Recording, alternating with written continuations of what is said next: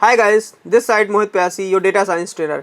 Last video में हमने pandas के सीरीज के बारे में पढ़ा था। सीरीज क्या था? वन डायमेंशनल स्ट्रक्चर था। आज हम पढ़ने वाले हैं पांडाज के सबसे मोस्ट इंपॉर्टेंट डेटा स्ट्रक्चर के बारे में, जो कि है डेटा फ्रेम। राइट, अब मैं आपको बताऊंगा डेटा फ्रेम कैसे बनाते हैं, क्या होता है और इसमें वैल्यू कैसे फिल होती हैं। वो सारा सब कुछ वीडियो में हम क्या करने वाले हैं, डिस्कस करने वाले हैं।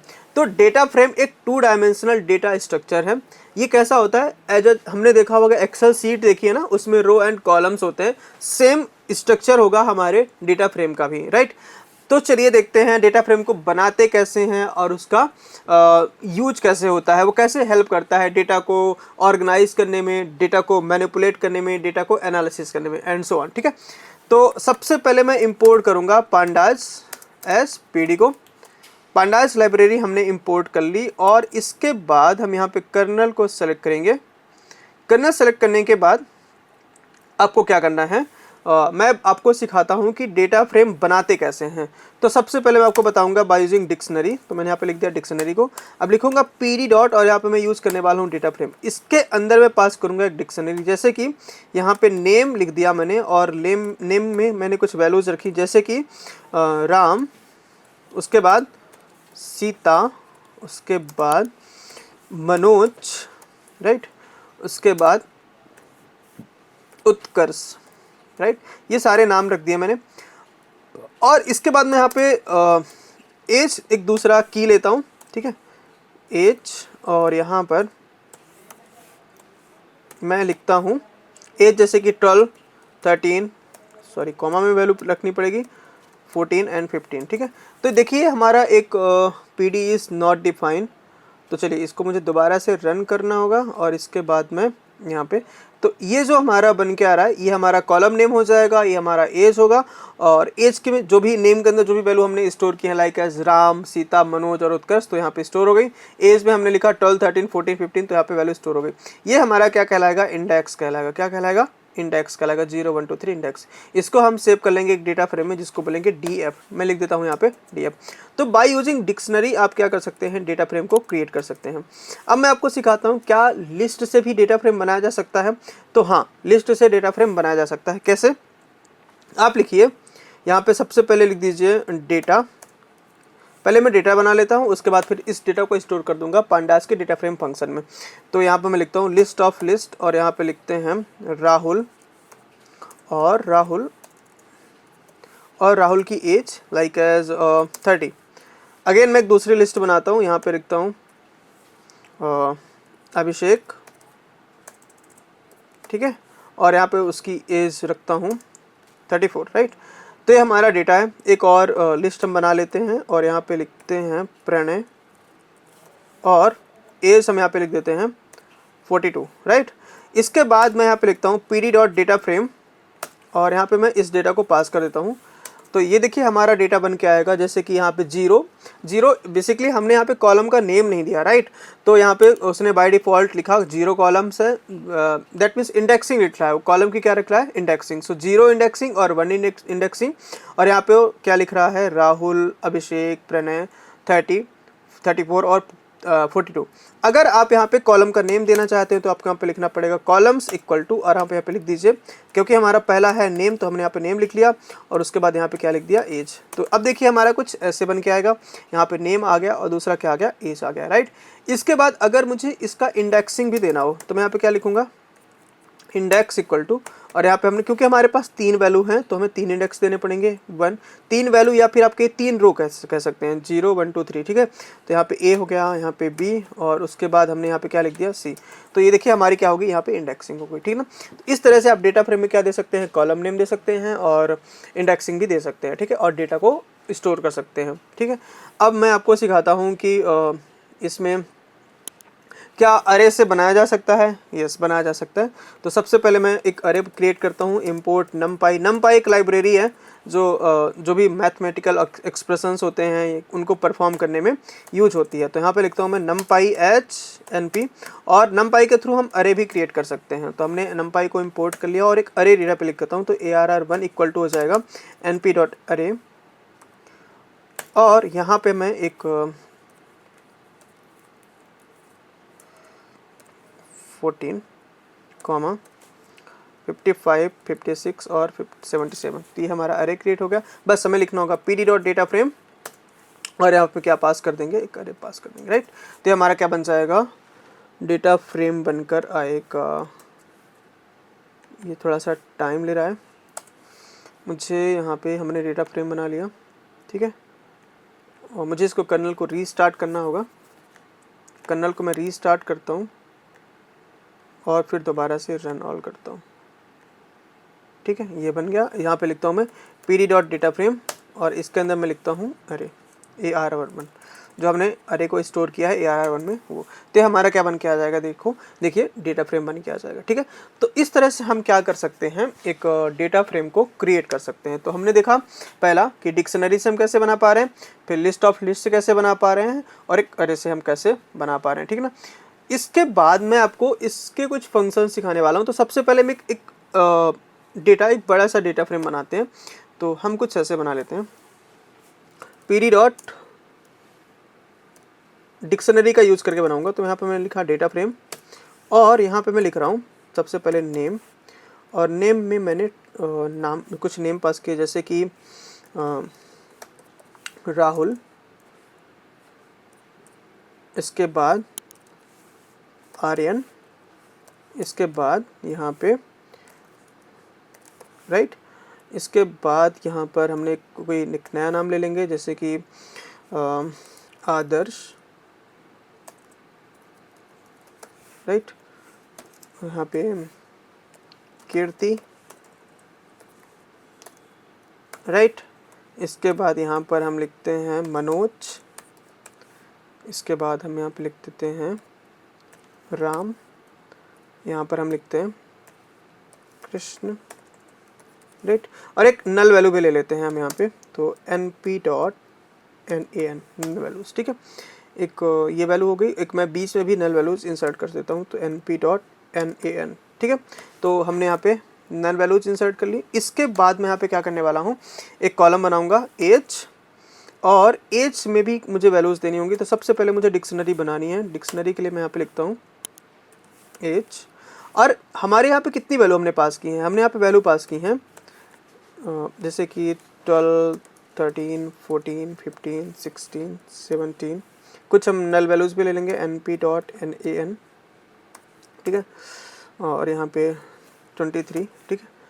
तो देखिए 1, 2, 3, 4, 5, 6, 7, 8, 9, 10, हमने 10 नेम्स यहाँ पे लिखे। कुछ दो नल वैल्यूज़ भी हैं, तो हमें एज भी उतनी ही लिखनी पड़ेंगी। तो 1, 1, 2, 3, 4, 5, 6, 7, 8 और np डॉट nan, और एक नई 34 हम एक एज ले लेते हैं, फिर 45 ले लेते, ठीक है।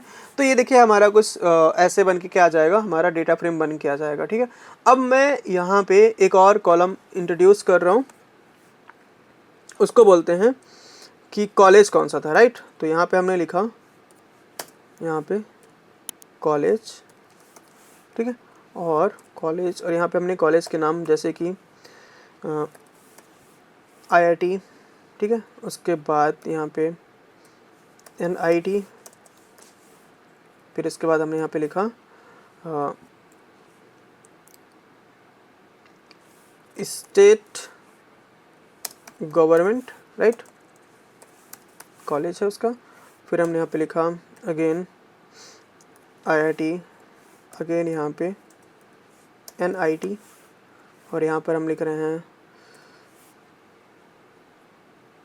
SIT, ठीक है,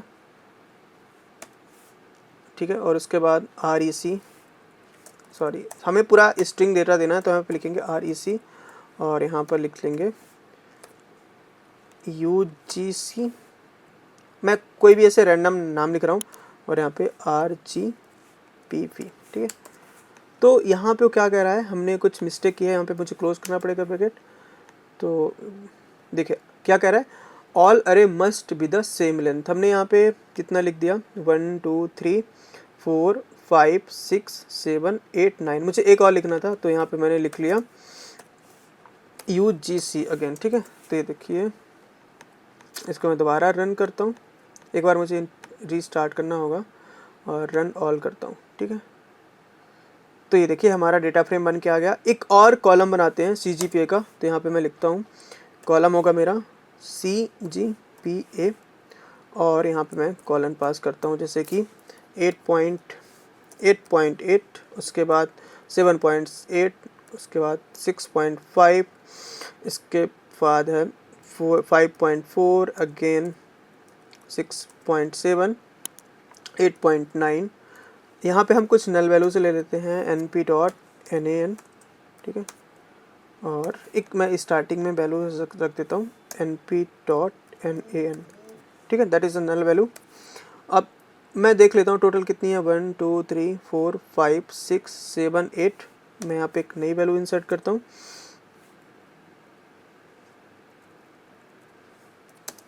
4.5 एंड एक और दूसरी वैल्यू np.nan, ठीक है।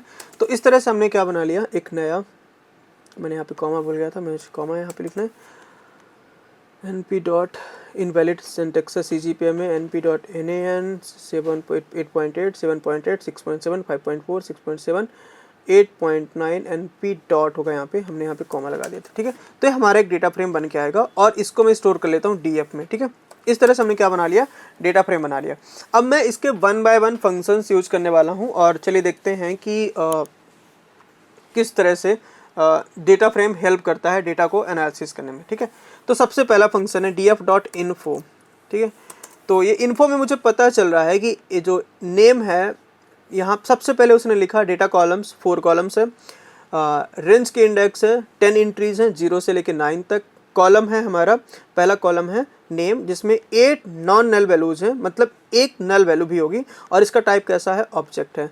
एज हमारी कैसी है, 8 नल वैल्यूज हैं, इसका टाइप कैसा है, फ्लोट वैल्यूज उसमें है। कॉलेज हमारा कैसा है, 10 नॉन नल वैल्यूज हैं, दैट मीन्स इसमें एक भी नल वैल्यू नहीं है, और एक ऐसा है ऑब्जेक्ट डेटा टाइप है।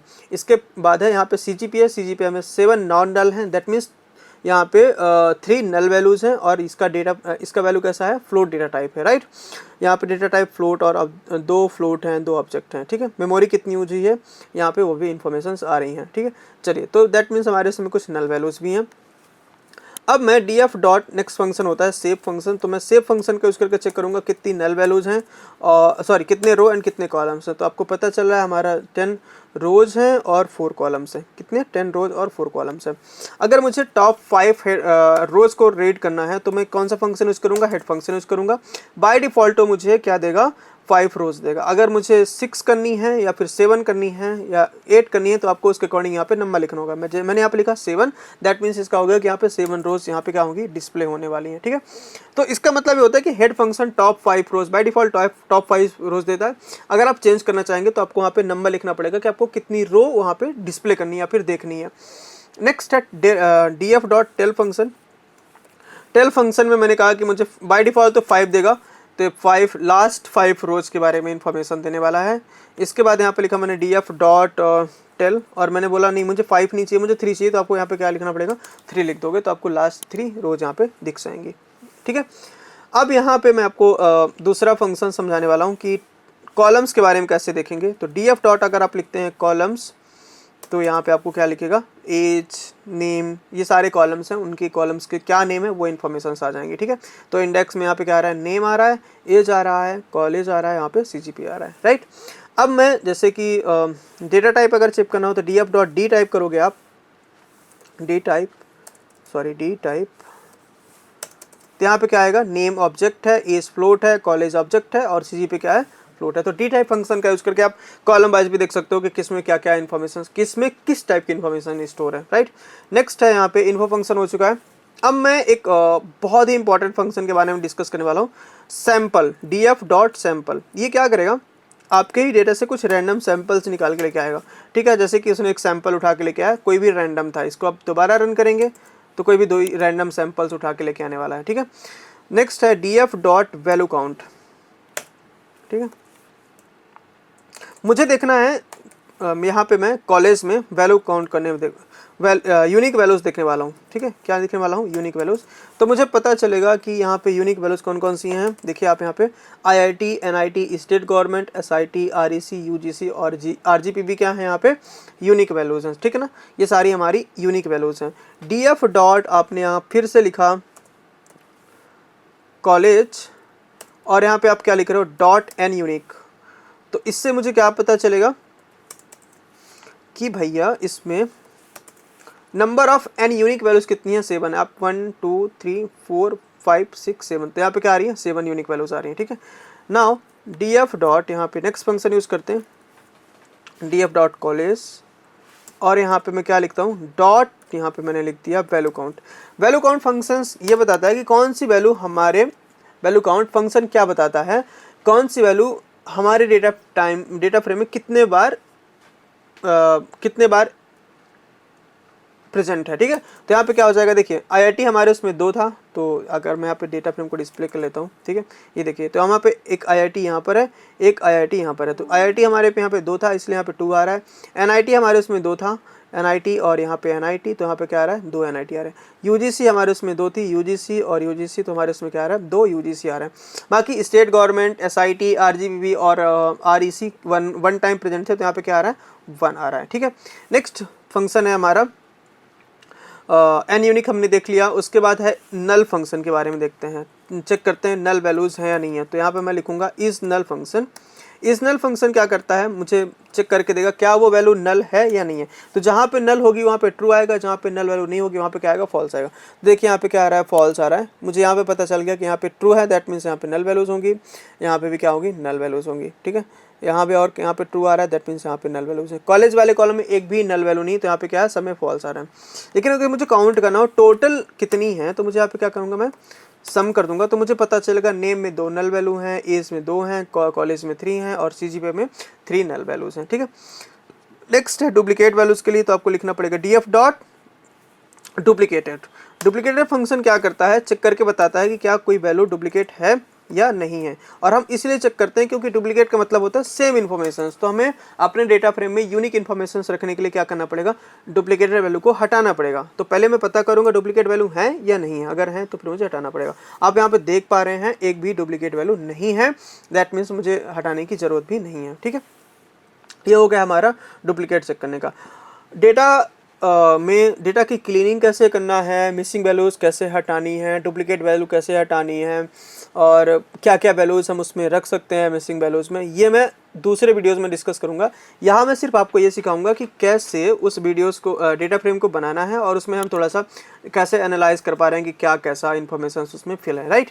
तो आज के उसमें हम सिर्फ इतना ही सीखेंगे। एक इस प्लेलिस्ट में जैसे एज है आपकी, और एज का डेटा टाइप कैसा है, यहाँ पे मैं लिखता हूँ डी टाइप। ये कैसा आ रहा है, फ्लोट आ रहा है। अगर मुझे इसको कन्वर्ट करना हो इंटीजर में, तो मैं क्या लिखूंगा, DF डॉट एज, और यहाँ पे मैं लिख दूंगा डॉट एस टाइप, और यहाँ पे हम क्या लिखने वाले हैं, इंट, ठीक है। तो किस में कन्वर्ट हो जाएगी, जो एज है हमारी वो किस में कन्वर्ट हो जाएगी, एज कन्वर्ट हो जाएगी हमारे इंटीजर में कन्वर्ट हो जाएगी, ठीक है। तो मैं इसको एक दोबारा से रन करूंगा, तो ये किस में कन्वर्ट हो जाएगा, इंटीजर में कन्वर्ट हो जाएगा, ठीक है। अब मान लीजिए किसी कॉलम को रीनेम करना है, क्या करना है, कुछ एरर्स आ रही हैं, कैन नॉट कन्वर्ट। अच्छा देखिए, हमारे डेटा फ्रेम में नल वैल्यू है, बिकॉज ये कन्वर्ट नहीं हो रहा। तो मुझे जब भी कभी भी डेटा को कन्वर्ट करना होगा फ्लोट से इंटीजर में, तो मुझे पहले नल वैल्यूज़ को क्या करना होगा, हटाना होगा। अभी मैं नल वैल्यूज़ का ट्रीटमेंट आपको नहीं सिखा रहा हूँ, तो मैं नेक्स्ट वीडियो में इसको दिखाऊंगा कि कैसे ट्रीटमेंट करते हैं, और फिर वो कन्वर्ट हो जाएगा, ठीक है। चलिए यहाँ पे एक और इन्फॉर्मेशन है, जैसे कि आपके DF डॉट कॉलम्स के बारे में देखें, कॉलम्स, ठीक है। तो आप यहाँ पे देखें कॉलम्स आ रहे हैं हमारे, नेम, एज, कॉलेज, और तो मैं यहाँ पे लिखना चाहता हूँ student names, student age, student college, या फिर स्टूडेंट CGPA, कुछ भी मतलब चेंज करना चाहता हूँ, या फिर कोई कॉलम्स का नेम इनकरेक्ट है, तो उसके लिए कैसे हम चेंज करते हैं वो देखते हैं। तो यहाँ पे होगा DF डॉट रीनेम फंक्शन का यूज़ करूँगा मैं, और रीनेम फंक्शन का यूज़ करने के बाद यहाँ पे मैं लिख दूँगा कॉलम्स इक्वल टू, और यहाँ पे मैं लिख दूंगा, जैसे मुझे नेम को चेंज करना है स्टूडेंट नेम में, तो मैं यहाँ लिखूंगा पहले नेम, और उसकी वैल्यू दे दूंगा student name, student underscore name. इसके बाद जैसे मुझे अगर CGPA को चेंज करना है, तो यहाँ पे मैं लिखूंगा CGPA मुझे चेंज करना है, और यहाँ पे मैं लिखने वाला हूँ स्टूडेंट अंडरस्कोर CGPA, राइट। तो ये देखेंगे, तो अब देखिए हमारा जो नेम है वो किसमें का, यहाँ पे चेंज हो गया, स्टूडेंट नेम आ गया, यहाँ पे एज आ गई, कॉलेज आ गया, और यहाँ पे क्या आ गया, स्टूडेंट का वैल्यूज आ गया। अब मान लीजिए इस डेटा फ्रेम को सॉर्ट करना है एज वाइज, तो आपको कैसे लिखना पड़ेगा, df डॉट सॉर्ट वैल्यूज, और यहाँ पे फिर क्या होगा, मुझे यहाँ पे लिखना पड़ेगा एज। तो ये देखिए कैसे हो गया, एज के अकॉर्डिंग क्या हो गया, हमारा शॉर्ट हो चुका है। पहले उसने सबसे स्मॉल वैल्यू ली है, उसके बाद वैल्यू इंक्रीज हो रही है, एंड देन यहाँ पे फिर क्या हो रहा है, हमारा जो नल वैल्यूज हैं सबसे लास्ट में आ रही है। ठीक है, अब देखिए हमारा इंडेक्स तो ऑलरेडी एक शॉर्ट इंडेक्स है, बट अगर आपका इंडेक्स मान लीजिए शॉर्ट इंडेक्स नहीं होता तो उसके लिए क्या करना पड़ेगा, df डॉट, आप कौन सा फंक्शन यूज़ करेंगे, शॉर्ट इंडेक्स का, शॉर्ट इंडेक्स फंक्शन का यूज़ करके क्या कर लेंगे, जो इंडेक्सिंग को शॉर्ट कर लेंगे। दैट मीन्स इंक्रीजिंग या डिक्रीजिंग ऑर्डर में कर सकते हैं। ठीक है, अब देखिए कॉलम सिलेक्शन से मान लीजिए कोई एक कॉलम उठाना है तो आप क्या लिख सकते हैं, एक आप डेटा फ्रेम लिखिए, उसके बाद स्क्वायर ब्रैकेट के अंदर उस कॉलम को लिख दीजिए। तो ये क्या होगा, सॉरी यहाँ पे मैंने गलत लिख दिया, तो क्या हो जाएगा, इससे मैं क्या कर रहा हूँ, CGPA वाले कॉलम्स को क्या कर रहा हूँ, रिकॉल कर रहा हूँ। क्या कर रहा हूँ, CGPA वाले कॉलम्स को रिकॉल कर रहा हूँ। अगर आपको मल्टीपल कॉलम्स रिकॉल करने हैं तो आपको क्या करना पड़ेगा, लिस्ट के अंदर लिस्ट लिखनी पड़ेगी। यहाँ पे आप लिखिए कि आपको एज चाहिए है और यहाँ पे आपको क्या चाहिए है, कॉलेज चाहिए। ठीक है, तो यहाँ पे वो वाले कॉलम्स आ जाएंगे, एज और कॉलेज वाले, एज और कॉलेज आ जाएगा क्योंकि डेटा फ्रेम में स्टोर है। तो जब आपको मल्टीपल कॉलम्स को रिकॉल करना होगा तो आपको उन कॉलम्स के नेम लिस्ट के अंदर पास करने होंगे। ठीक है, अगर आपको सिर्फ सिंगल करना है तो आप क्या लिखें, लिस्ट के स्क्वायर ब्रैकेट के अंदर क्या कर दीजिए, उस कॉलम का नाम लिख दीजिए यूजिंग द सिंगल कोट, तो वो कॉलम्स क्या हो जाएगा, रिकॉल हो जाएगा। ठीक है, अब देखिए मैं क्या करता हूँ, df डॉट, आपको जैसे कि df डॉट, मान लीजिए मुझे वो नंबर चाहिए, वो वाले स्टूडेंट्स चाहिए हैं जो कौन से कॉलेज से हूँ, IIT से हूँ। तो सबसे पहले मैं लिखूंगा कंडीशन, यहाँ पे लिखूंगा मैं कॉलेज इक्वल टू, यहाँ पे क्या होगा, इक्वल टू IIT, मैं यहाँ पे लिख दूंगा IIT। ठीक है, तो देखिए जो स्टूडेंट्स IIT के हैं वहाँ पे ट्रू आएगा, बाकी में फॉल्स आएगा। लेकिन अगर आपको सिर्फ डेटा फ्रेम चाहिए तो आपको क्या लिखना पड़ेगा, डेटा फ्रेम ऐसे कुछ, मुझे यहाँ पे बता दीजिए मुझे डेटा फ्रेम चाहिए बट कॉलेज क्या हो, वहाँ पे IIT हो, तो वहाँ पे वो वाले स्टूडेंट्स आ जाएंगे, उनकी इन्फॉर्मेशन आएगी जो IIT से होंगे। सिमिलरली आप यहाँ पे क्या कर सकते हैं, NIT से भी कर सकते हैं। ठीक है, जैसे कि आप यहाँ पे क्या लिख दीजिए, NIT। ठीक है, तो यहाँ पे वो वाले बच्चे आ जाएंगे जो NIT से बिलोंग करते हैं। ठीक है, अब मान लीजिए कोई मुझे एक ऐसी इन्फॉर्मेशन निकालनी है कि वो बच्चा मेरा NIT से भी हो, दूसरा उसका CGPA 6.0 से ज़्यादा हो। ठीक है, तो उसके लिए मुझे क्या करना पड़ेगा, df डॉट, देखिए आप यहाँ पे एक चीज़ ऑब्जर्व करिएगा, मैंने यहाँ पे कॉलम नेम चेंज करने के बाद उसको स्टोर नहीं किया था, राइट, इसलिए आपको यहाँ पे आउटपुट तो आ गया बट ये चेंज नहीं हुआ है। आपको अगर चेंज करना होता तो यहाँ पे आप क्या लिखते, df इक्वल टू लिख देते, तो आपका जो डेटा फ्रेम है पूरा चेंज हो जाता। बट यहाँ पे मैंने सिर्फ आपको ये दिखाया है कि चेंज कर कैसे सकते हैं। ठीक है, तो आप इस तरीके से चेंज कर सकते हैं।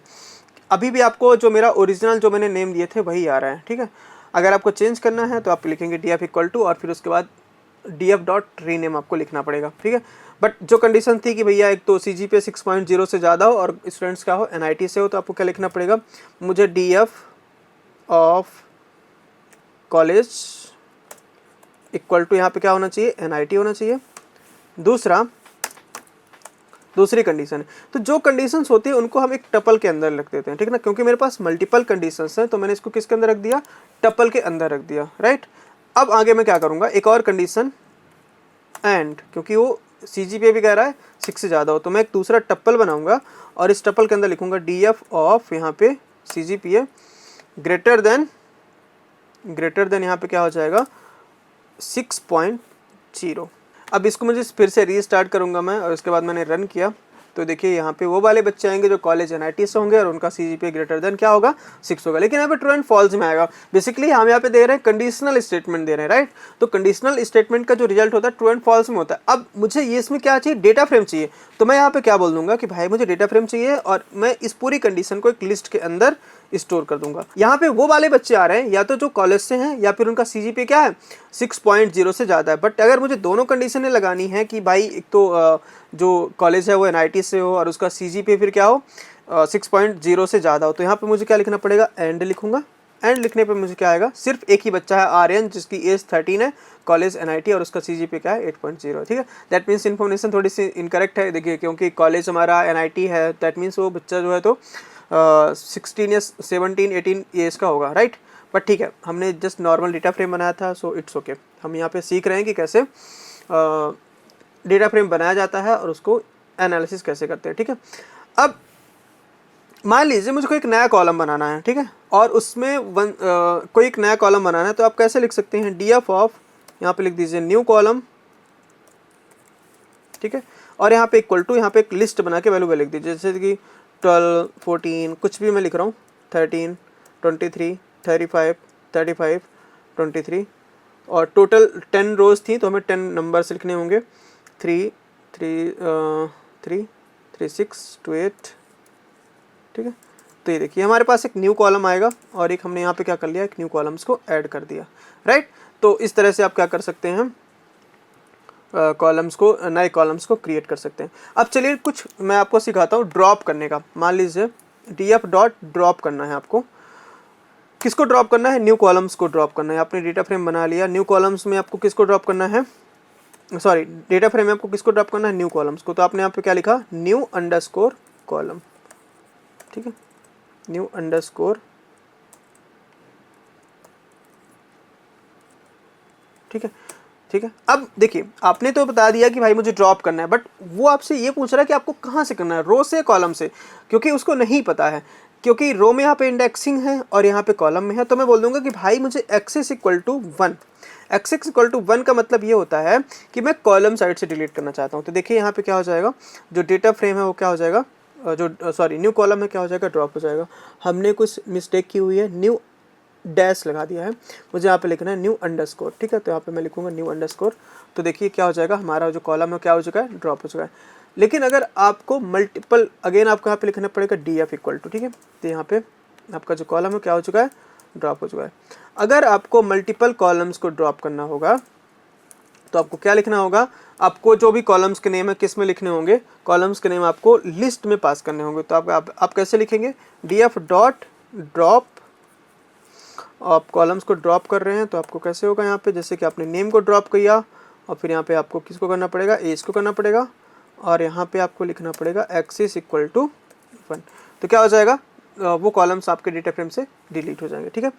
तो इस तरह से हमने आज की वीडियो में देखा कि हम कैसे डेटा फ्रेम क्रिएट कर रहे हैं, डेटा फ्रेम को कैसे रीड कर रहे हैं, डेटा फ्रेम लिस्ट से कैसे बना रहे हैं, डिक्शनरी से कैसे बना रहे हैं, अरे से कैसे बना रहे हैं। उसके बाद हमने देखा जो डेटा फ्रेम के कुछ फंक्शंस हैं, like as info function, shape, head function, tail functions. और उसके बाद हमने देखा कॉलम्स को कैसे चेक करते हैं, डेटा टाइप कैसे चेक करते हैं, सैम्पल्स का मतलब क्या है, यूनिक वैल्यूज कैसे चेक करते हैं, वैल्यू काउंट कैसे होती हैं, कि वैल्यू काउंट से क्या इन्फॉर्मेशन मिलती है। नेक्स्ट वीडियो में मैं इसको हम क्या करेंगे, एक देखेंगे कि डेटा को कैसे लोड करते हैं पांडाज में और फिर कैसे एनालिसिस करते हैं, ठीक है। तो कल हम एक नया डेटा लेके आएंगे, उसमें फिर पूरा डेटा को कैसे लोड करते हैं, CSV फाइल कैसे लोड होती हैं, एक्सेल फाइल कैसे लोड होती हैं, और फिर डेटा का एनालिसिस कैसे होता है, वो सब, डेटा को रीड कैसे करते हैं, वो सब हम पढ़ने वाले हैं।